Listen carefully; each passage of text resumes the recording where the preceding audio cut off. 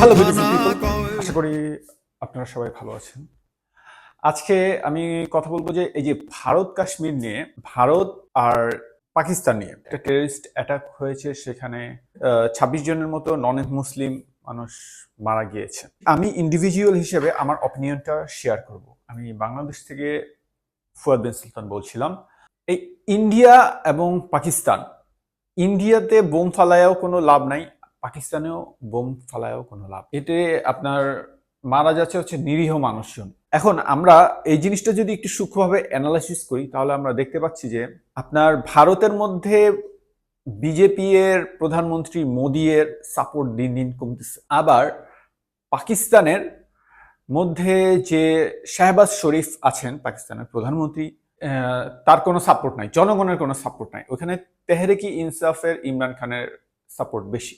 লসটা যাচ্ছে আসলে সব জনগণের উপর। আমরা যে মানুষ, এই যে মানুষ যে মারা যাচ্ছে যুদ্ধের কারণে, মানুষের তৈরি সমস্যার কারণে, সেটা আসলেই অনেক দুঃখজনক।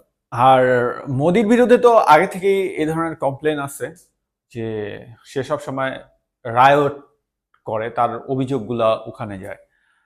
আর আমি মনে করি ইন্ডিয়ান পলিটিক্স, ভারতের পলিটিক্সে একজন লোক কখনোই 10 বছরের বেশি থাকা উচিত। আশা করি ভারতে একজন ভালো, এই সাউথ এশিয়াতে একজন ভালো আপনার লোক আসবেন, যে আপনার ভারত, বাংলাদেশ, পাকিস্তান, শ্রীলঙ্কা এদের মধ্যে খুবই সুসম্পর্ক তৈরি করবেন।